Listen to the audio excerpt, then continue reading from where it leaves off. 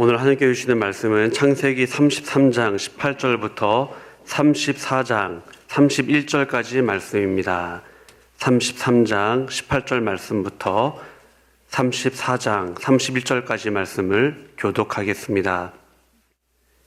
야곱이 밧단 아람에서부터 평안히 가나안 땅 세겜 성읍에 이르러 그 성읍 앞에 장막을 치고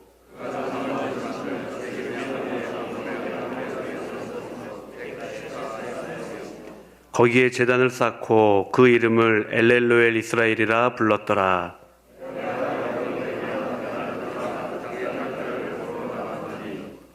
히위 족속 중 하몰의 아들 그 땅의 주장 세겜이 그를 보고 끌어들여 강간하여 욕되게 하고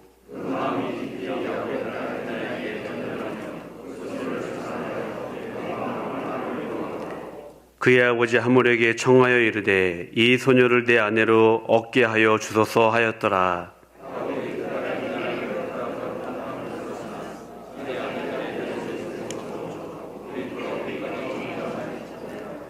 세겜의 아버지 하몰은 야곱에게 말하러 왔으며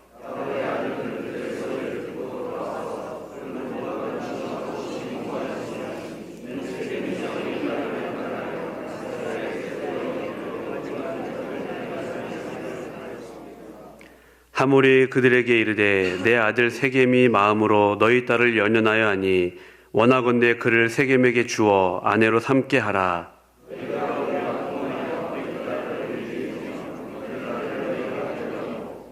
너희가 우리와 함께 거주하되 땅이 너희 앞에 있으니 여기 머물러 매매하며 여기서 기업을 얻으라 하고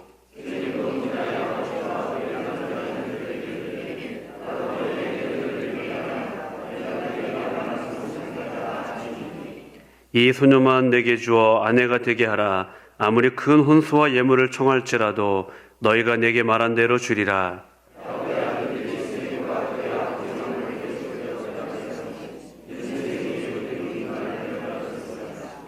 야곱의 아들들이 그들에게 말하되 우리는 그러하지 못하겠노라. 할례받지 아니한 사람에게 우리 누이를 줄 수 없노니 이는 우리의 수치가 됨이니라.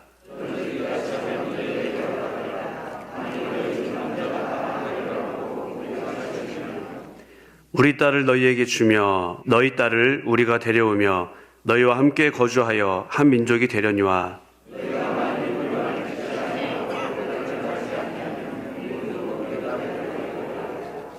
그들의 말을 하몰과 그의 아들 세겜이 좋게 여김으로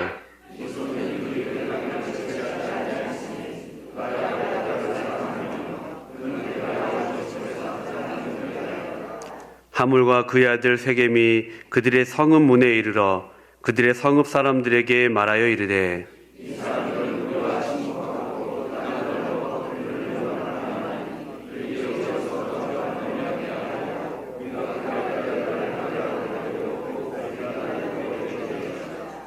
그러나 우리 중에 모든 남자가 그들이 할례를 받은 것 같이 할례를 받아야 그 사람들이 우리와 함께 거주하여 한 민족 되기를 허락할 것이라.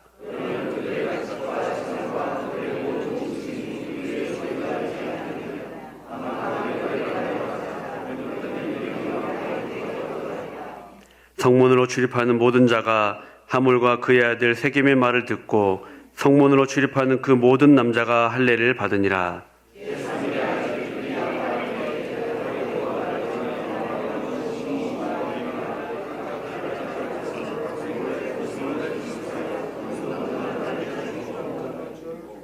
칼로 하몰과 그의 아들 세겜을 죽이고 디나를 세겜의 집에서 데려오고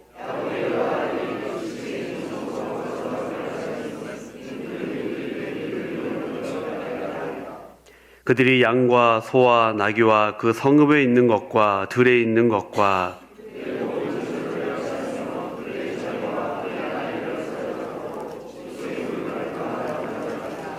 야곱이 시므온과 레위에게 이르되 너희가 내게 화를 끼쳐 나로 하여금 이 땅의 주민 곧 가나안 족속과 브리스 족속에게 악취를 내게 하였도다.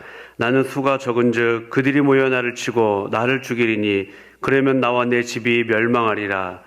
그들이 이르되 그가 우리 누이를 장녀같이 대우함이 옳으니까. 아멘.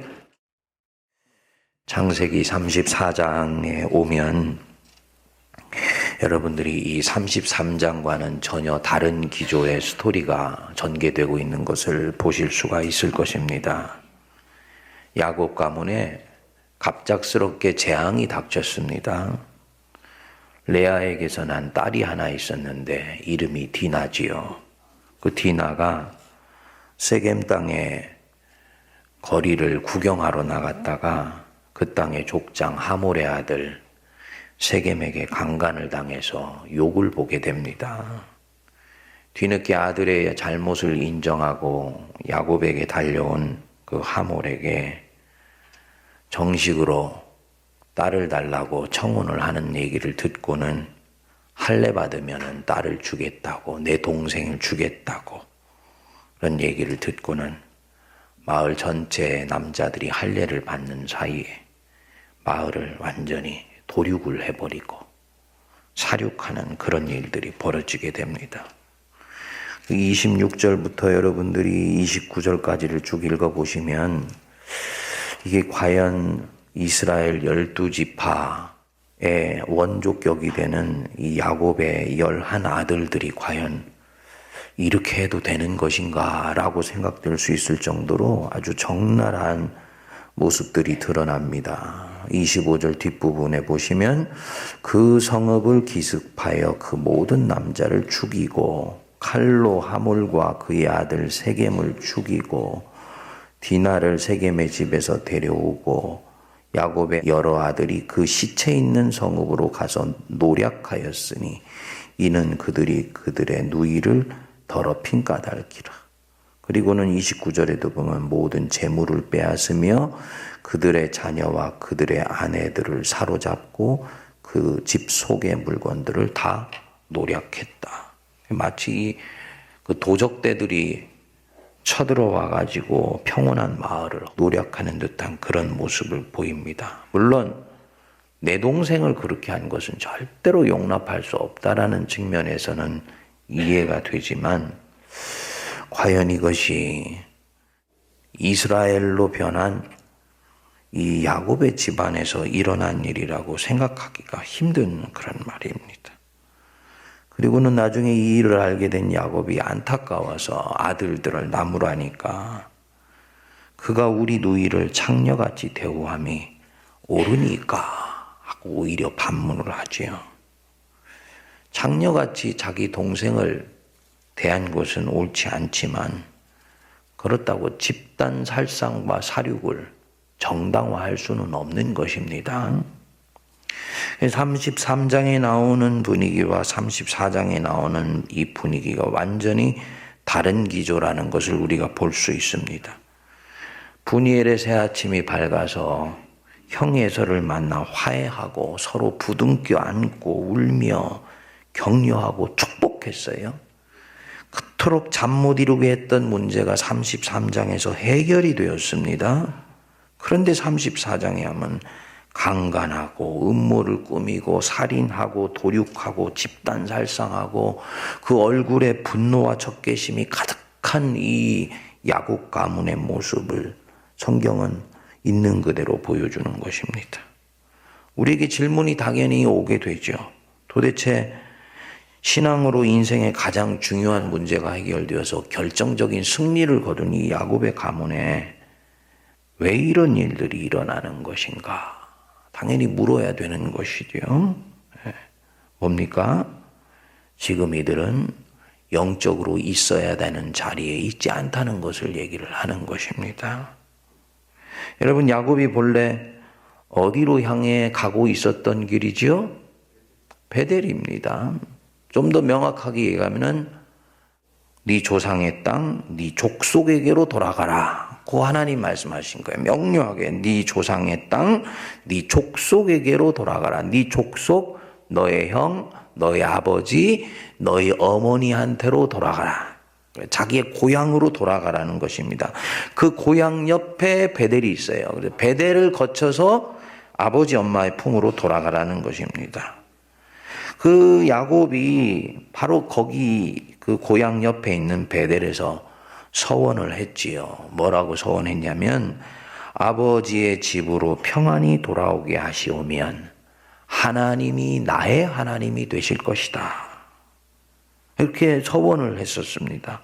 그리고 하나님은 이 야곱의 서원을 받으셔서 신실하게 이끌어 주시고 살펴주시고 먹을 것과 입을 것으로 채워주시며 야곱을 지금 그 고향 땅으로 돌아가게 하시는 것입니다. 세겜 땅은 조상의 땅 가나안 땅에 속해 있기는 하지만 자기 부모가 있는 땅은 아닙니다. 그런데 야곱이 33장 뒷부분 보십시오.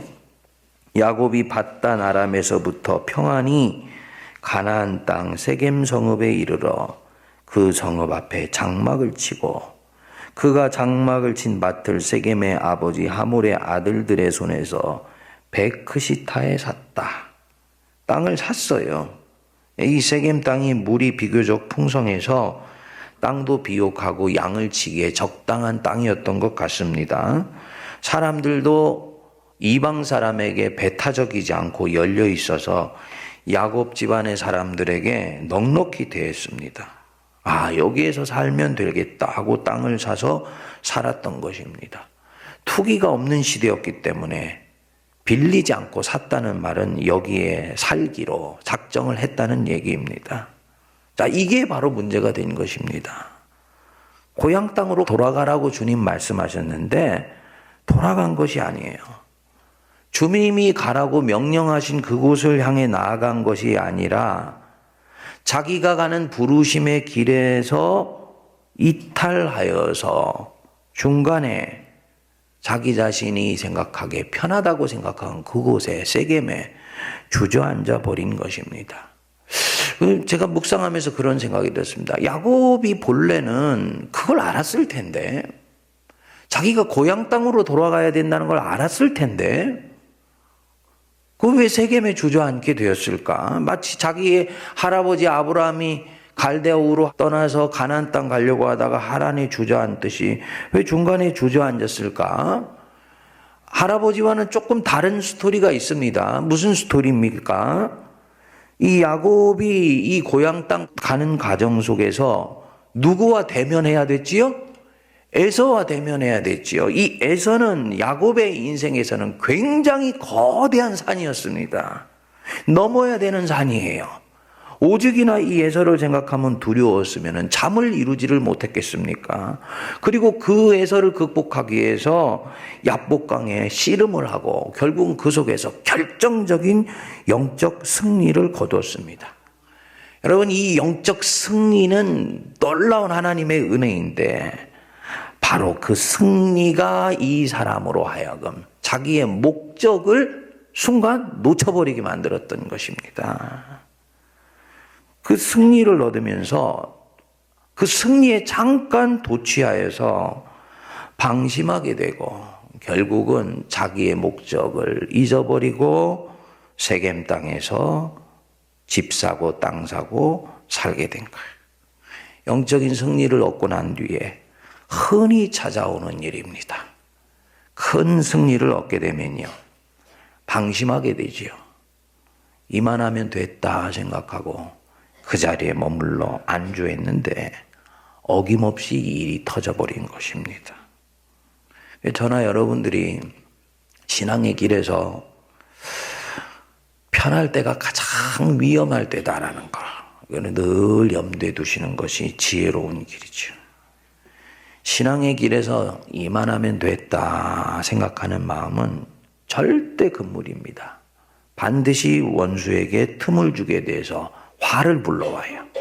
또 원수의 편에서 보면요, 큰 승리를 거둔 이유가 바로 그 사람을 치고 들어가서 그 영혼의 금을 만들기 아주 좋은 때입니다.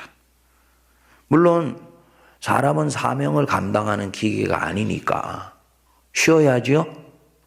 큰 승리를 거뒀으면 축제를 벌여야 됩니다. 승리를 거둔 다음 날 또 진보다리 써가지고 내가 사명 감당해야지, 그렇게 달려갈 필요 없어요. 하나님이 주신 그 은혜와 그 승리에 대해서는 기뻐하고 감사하고 축제를 벌이고 마음에 환희가 있어야 되는데, 그러는 가운데서 쉬고 숨을 돌리고 나면 다시 자기가 가려고 했던 족속 고향 땅으로 계속 전진해 가야 되는 것입니다. 베델 땅으로 가야 되는 거예요. 이곳에 돌아오게 하시면 하나님은 나의 하나님이 되실 것입니다. 라고 얘기를 했으면 그거 지켜야죠. 그런데 20절에 보면 거기에 제단을 쌓고 그 이름을 엘로헤 이스라엘, 엘로헤 이스라엘, 하나님 이스라엘의 하나님, 곧 나의 하나님이다. 세겜에서 나의 하나님이라고 부르면 안 되지요. 어디서 불러야 됩니까? 베델에 가서 그 하나님 불러야 되는데 이 세겜에서 그냥 그 하나님 부르면서 거기서 주저앉아 버린 것입니다. 그래서 화가 찾아온 것입니다. 바울 사도가 하셨던 말씀, 빌립보서 3장 12절 말씀 기억하시지요? 내가 이미 얻었담도 아니요 이루었담도 아니라 오직 내가 그리스도 예수께 붙잡힌 바 된 그것을 잡으려고 표대를 향하여 달려가노라. 성도는 두렵고 떨림으로 구원을 이루어가는 사람들입니다. 저나 여러분들은요, 도상의 존재들이에요. 도상의 존재들. 길 위의 사람들입니다. 저나 여러분들은 순례자들입니다. 예. 우리 영적인 고향은 하늘나라예요. 그 영적인 고향인 하늘나라 가는 날까지는 우리는 영원의 순례자들로 끊임없이 한 걸음 한 걸음 주님의 나라를 향해서 나아가고 사명을 감당하면서 나아가는 거지요. 그래서 우리가 절대로 방심하면 안 되고 안주하면 안 되는 거예요. 그래서 주님이 있으라면 그 자리에 있고 떠나라 하면 산행을 떠나는 순례자의 심정으로 진보다리를 싸서 또 떠나고 사명 감당하고 또 가라면 또 떠나고 늘 이 마음으로 우리가 주님을 대할 때 우리는 인생에 찾아오는 세겜 땅의 유혹을 뿌리칠 수가 있고 하나님을 향해서 계속 나아갈 수가 있는 것입니다. 우리 성도님들 중에서 혹시 원인을 알 수 없게 찾아오는 그런 이런저런 환난이 있다면 오늘 말씀 속에 잘 비추어 보실 수 있게 되기를 바랍니다. 주님이 지금 나를 흔들어 깨우시기 위해서 내게 세겜의 환난을 주신 것은 아닌가? 예, 한번 기도해 보시고 또 내 마음이 안주해 있는 가운데서 원수가 틈탈 기회를 오늘 살짝 주고 있다 생각하면 하나님 앞에 깨어 경성하셔서 표대를 향하여 달려가는 우리 모든 성도님들 되시기를 바랍니다. 기도하겠습니다.